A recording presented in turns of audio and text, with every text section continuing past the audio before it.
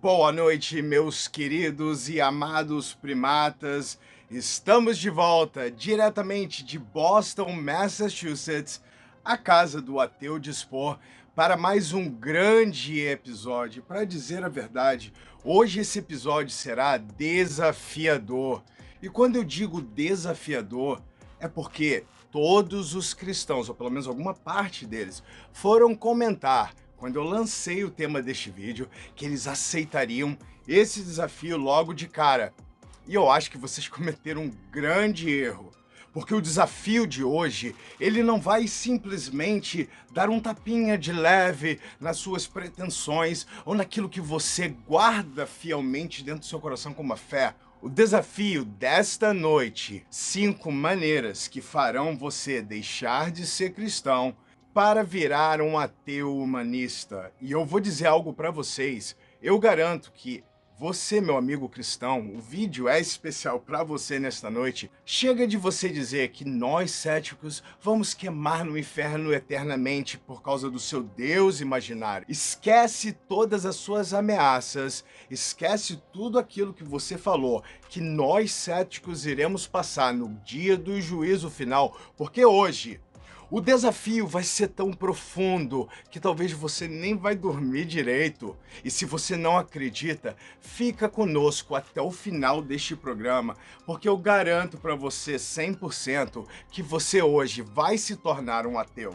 Você já ouviu falar do pastor Ryan J. Bell? E você vai ver nesta noite o desafio que mudou a vida deste homem. Um homem com 20 anos de ministérios nas suas costas, que resolveu um dia tentar provar que poderia bater o ceticismo, que poderia provar que mesmo que ele tomasse certas atitudes, ele jamais iria desviar dos caminhos do Senhor. Algo que ele fez para toda a sua congregação em 2014. Nascido em 26 de setembro de 1971, o pastor Ryan J. Bell, que acabou criando um grande tumulto e que acabou virando uma grande polêmica na sua igreja, por causa de algo que ele falou que ele iria fazer para provar realmente que Deus era Deus. Ryan J. Bell decidiu passar um ano completo sem nenhuma atividade, contato com a igreja, com a Bíblia, com qualquer tipo de coisa que viesse ligar ele ao Deus judaico-cristão. Ele acreditava que fazendo isso e sendo um escolhido por Deus, o processo de 365 dias jamais iria afetar a sua fé. Porque vamos ser sinceros, a Bíblia, principalmente em Efésios, vai ensinar você, através das armaduras de Deus, como se defender não só do diabo, mas de qualquer armadilha. Só que o pastor Ryan J. Bell achou que isso seria suficiente para poder de uma vez detonar o ceticismo e mostrar para todo ateu que mesmo distanciado por um ano, ele teria uma comunhão sincera, como se Deus estivesse lá do céu torcendo para ele. Jay não vai me negar. Tipo aquela coisa meio que de Jó, sabe? Ele quis, de uma maneira invertida, dessa vez sem nenhuma destruição, ele ia provar que ele é 100% fiel ao Senhor. O que aconteceu com Ryan J. Bell, que depois de um ano longe dessas atividades, que nós estaríamos falando durante o programa, acabou abandonando sua fé, rejeitando a existência ou a possibilidade da existência de Deus, porque dentro desse período de um ano, ele aprendeu que a vida dele foi muito melhor. Ryan J. Bell parou de ler a Bíblia, parou de frequentar os cultos, parou de fazer todas aquelas atividades que controlavam ele mais que, vamos ser sinceros, controlavam ele de uma maneira mental dentro do seu subconsciente. Um cara que passava constantemente o seu tempo enfurnado dentro da igreja. O único mundo que ele conhecia era aquilo. Mas quando o pastor Ryan J. Bell resolveu dar esse break e ficou um ano longe dos caminhos do Senhor, o verdadeiro milagre aconteceu.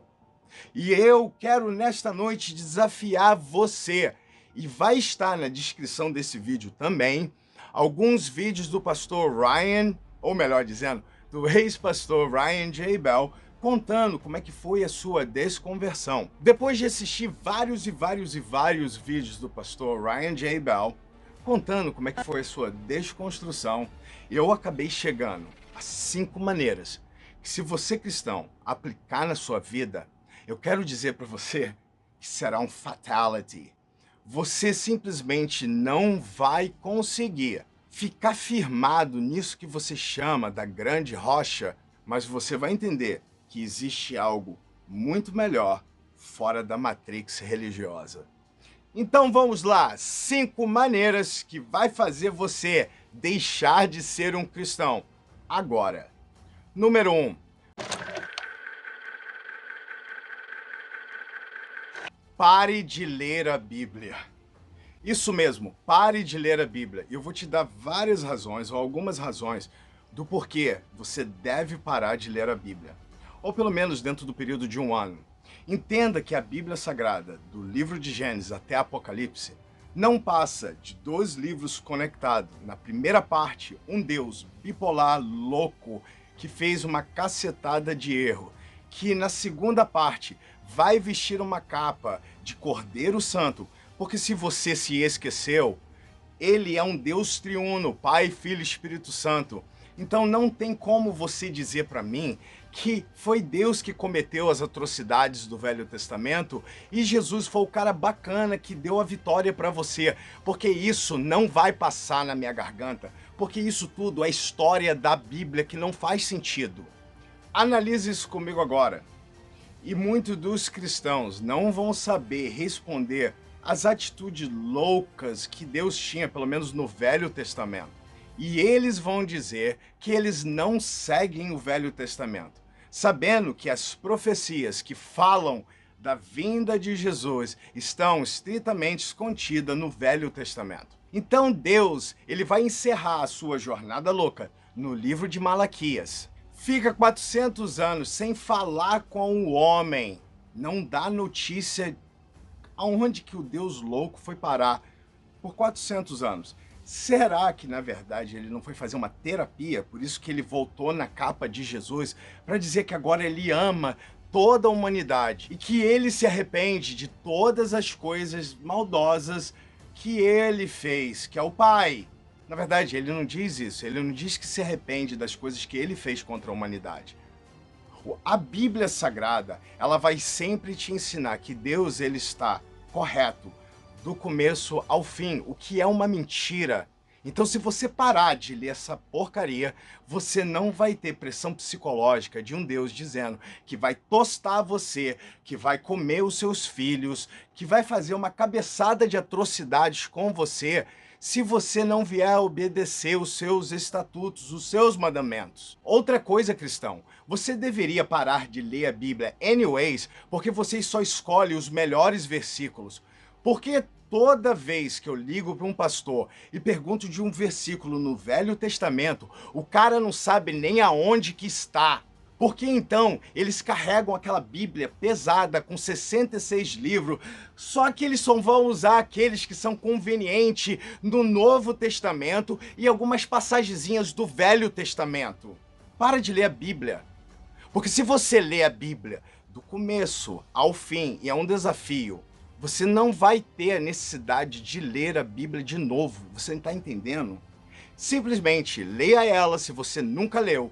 Começo ao fim, de Gênesis e Apocalipse, entenda como funciona essa questão de 66 livros muito loucos que não fazem conexão nenhuma, sem sentido, sem originais,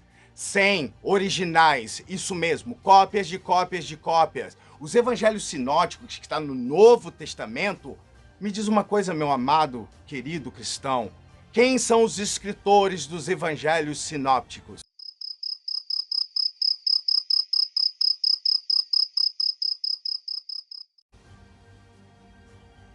Thank you so much. Você não precisa ler a Bíblia. Número 2. Pare de orar. Simples. Pare. Por quê? Porque a oração não tem eficácia nenhuma. Zero eficácia. Orar para Deus e orar para qualquer outra coisa é relativamente a mesma coisa. E eu quero deixar, dentro desse desafio, um outro desafio que se chama o desafio da tostadeira azul. Você vai fazer o seguinte, meu querido cristão: peça algo a Deus ou algo que você já está pedindo a Deus. Ore durante 3 dias para o Senhor Jesus, para o Deus Todo-Onipotente. Depois de 3 dias, se você não receber a sua vitória, faça o seguinte: ore para a tostadeira azul durante 3 dias e me diga uma coisa: o que vai acontecer nesses 3 dias de oração que você substituiu o Deus judaico-cristão ou qualquer outro Deus pela tostadeira azul? Eu gostaria que depois de 6 dias você deixasse na caixinha de comentário o resultado. Oração é inútil, porque simplesmente, escuta isso agora, quando você dobra o seu joelho para conversar com Deus, se chama oração, correto? Então, se Deus por acaso responder de volta e for uma voz audível dentro da sua cabeça, você precisa de uma boa dose de lítio, um remédio muito bom que vai fazer que essas vozes elas venham desaparecer. Porque se Deus responde para você de volta, significa esquizofrenia. Então a oração, ela não tem sentido nenhum, ela não tem valia. Porque eu posso orar e as únicas respostas que Deus vai me dar é a seguinte: sim e não, talvez. Significa que se eu fizer o ato da oração para qualquer outra coisa, eu tenho as mesmas possibilidades de receber um sim, um não e um talvez. Para que também você vai orar pedindo algo para um Deus que é onisciente e já sabe daquilo que você quer? É inútil. Seria eu confessar para alguém algo muito perverso que a pessoa já sabe de mim e ela vai falar assim: I already know. Eu já sei, seu cara de pau. Não tem surpresa nenhuma. Peço para você, mais uma vez, que você complete esse desafio e fique mais ou menos um ano sem ler a palavra, sem orar. E vamos para o número 3. Número 3. Pare de ir à igreja. Simples. Abandone, deixe de ir à igreja. Você sabia que os traumas que você tem em relação do inferno são causados dentro desse ambiente? Você sabia que as manifestações, elas não acontecem em hospitais, as curas não acontecem em hospitais, a visitação de Deus não acontece nos locais de trabalho, Deus nunca vai manifestar a sua glória dentro de um tribunal. 100% eu garanto. Esse tipo de coisa só acontece na igreja. E nós podemos entender que o ambiente em que essas pessoas elas são forçadas, ou você pode dizer que não, mas se você não for, você não vai para o inferno, então você é forçado. Essas pessoas, elas são praticamente forçadas a participar de um ambiente que, dentro do cristianismo, ele vai mudar dependendo da denominação que você serve. São centenas e milhares de denominações dizendo que essa igreja é a igreja correta e uma brigando com o outro. Ninguém consegue, na verdade, provar se falar em línguas é correto ou não. Por que existe pastoras dentro das igrejas? A Bíblia não fala nada disso. Correto, Paulo? Por que hoje nós vemos as igrejas sendo tão diferentes uma da outra? Não é o mesmo Deus? Ah, porque além de Deus ser bipolar, ele também sofre de transtorno de personalidade. Então significa que para cada denominação você vai ter um Deus diferente. Faça uma coisa, abandone esse circo de louco, porque logo no final tem uma razão que vai implicar o porquê o número 3 é abandono de igreja, mas o número 5 vai comprovar que o abandono da igreja é muito melhor para você. Número 4, e isso para mim é de suma mega importância, não saia agora, porque se você cristão está escutando isso, você vai entender na pele o que isso significa. Pare de sentir-se culpado. Isso mesmo. Pare de sentir-se culpado durante um ano, porque se você não sabe, o evangelho ele é fundamentado nessa questão, que nós não valemos nada e por isso que nós precisamos de um Salvador. Deixa eu perguntar para você, amado cristão, salvar a gente do quê? Daquilo que ele mesmo criou? Porque se você joga toda a culpa em cima de mim e tenta me fazer sentir culpado, que meu tataravô, um cara que eu não sei nem que existiu, comeu uma porcaria de uma maçã e é por isso que eu sou miserável e todos pecaram, e significa que eu nem estava lá e eu já sou culpado por um cara que já transgrediu a lei que não era nem para mim porque eu não sou judeu, a Bíblia sempre vai fazer você se sentir culpado. Você é ruim, você é péssimo, você é o pior dos piores, mas fica tranquilo, que basta você aceitar a pílula Jesus, a grande matrix religiosa, que você vai ter sua vida completamente cambiada. Não, a sua vida não vai mudar, a sua vida vai passar a ser controlada por desejo de outras pessoas. Mas o sentimento de culpa fica dentro de você, como a marca de quem precisa sangue. Quem precisa do sangue do filho de um cara que matou o filho para salvar a humanidade de algo que nós não fizemos, para poder pagar um preço para ele mesmo? Isso faz sentido? Por que você tem que se sentir culpado por essa ideia louca? Sentir-se culpado por ser a ovelha negra da família, mas no final você tem que usar a sua capinha de ovelha branca.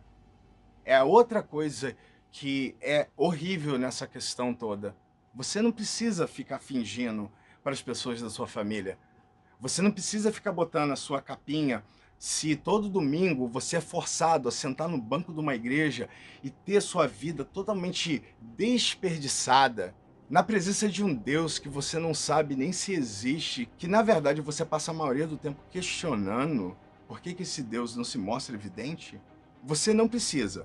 Se você é um cristão que está... eu posso dizer isso para você agora, e olha aqui dentro dos meus olhos, e eu sei que você vai ser sincero com você mesmo hoje, nessa noite. Por que você tem que continuar vivendo essa mentira e continuar se sentindo culpado? Você está a um passo de largar tudo, toda a mentira da religião, toda aquela pressão familiar, tudo aquilo que as pessoas tentam controlar a sua vida, mas elas fazem isso porque existe um Deus controlando ou uma religião controlando a vida delas. A igreja diz que Deus abomina o amor dos homossexuais. Por que é tão importante a gente se preocupar com isso? Se aquele cara deixar de ser homossexual e um dia ele ficar desempregado, essas mesmas pessoas não vão acolher essa pessoa, porque ele é um adulto e precisa ser responsável, e se ele não quer trabalhar, mas e quando ele quer viver a vida dele, você se intromete? Ele não precisa se sentir culpado, porque se existe alguma libertação, é quando você pega todo esse engodo da religião e diz assim, não mais, eu não quero mais isso. Eu tenho uma vida muito bela. E o pastor Jay Ryan, ele entendeu isso. Fica ligado comigo para o último ponto, porque esse é o Wrap It Up, que vai fazer você entender o porquê. Se você aplicar isso tudo em um ano, você deixa de ser um cristão religioso. Número 5 e afinal, pare de doar os seus 10%.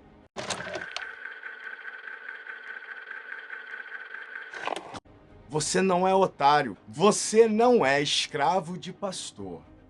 Olha, eu tenho um grande desafio, mais um outro dentro desse grande desafio.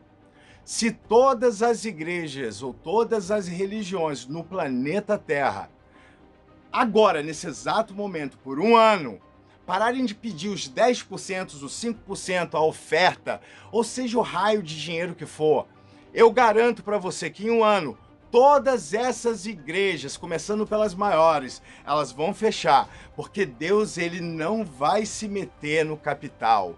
Exato. Sem capital, sem dinheiro, as igrejas não funcionam, não há milagres, não vai haver nada, não há mudança de vida, porque no final do dia o que mantém esse grande sistema, essa grande pirâmide espiritual é a grana. Tira a grana da igreja durante um ano, tira a oferta, os pastores vagabundos vão ter que voltar a trabalhar. Exato, vão ter que pegar no pesado. Eles não vão poder mais ficar pagando SPAR pro final de semana. A esposa fica colocando foto no Instagram, tomando champanhe com dinheiro dos otários. Parabéns, vocês são culpados disso. Porque se você não doasse o teu dinheiro, aquele vagabundo estaria trabalhando, estaria em cima de um andaime fazendo o seu dinheiro, sabe, com seu próprio suor, não nas custas das pessoas. Meus queridos primatas, muito obrigado. Eu vou ter que cortar porque eu me empolguei e eu acho que ficou louco. Foi um bate-papo, foi algo legal, foi algo sincero e foi principalmente de suma importância para você cristão. Se você fizer isso durante um ano, e eu acho que para muitas pessoas não leva nem um ano, vai ter gente que com uma semana, com um mês, vai começar a escrever aqui nos comentários. Aí, Serginho, eu sou mais um novo primata. Serjão, eu sou mais um novo primata. Eu quero acompanhar essa galera primata. E eu sei que isso vai acontecer. Domingo nós temos um grande... Cara, sério, para tudo e você vai falar com todo mundo. Ó, beijão pra vocês, a galera aqui da Premiere. Olha, a galera que se tornou membro do canal, eu amo vocês. E vai ter uns videozinhos especiais pra vocês que se tornaram membro. É uma maneira de eu pagar de volta esse carinho que vocês estão tendo. E a gente sabe que com esses novos membros, Flávia, todo mês o dinheirinho vai chegar aí. A gente está chegando em lugares bem legais. A Flávia é a que vocês conhecem do Abrigo de Animais Santa Lídia. É uma amigona, a gente está ajudando ela já tem um certo tempo. E infelizmente eu não faço muito dinheiro das visualizações. Eu fiz $50 até hoje e eu nem peguei esse dinheiro tá lá. Mas ela sempre recebe o dinheiro todo mês. E ela é uma grande amiga. Eu sei que ela tá cuidando muito bem desses bichinhos. Muito obrigado, não vou me delongar mais, eu sei que vocês gostaram. Domingo, olha, nos acompanha ali na comunidade e não esqueça, domingo, de novo, eu tô igual papagaio, porque eu tô feliz demais, porque a nação tá crescendo. Grande episódio sobre a vida do profeta Daniel. Muito obrigado por tudo, vejo vocês, minha família, meus amigos, queridos, a nação primata.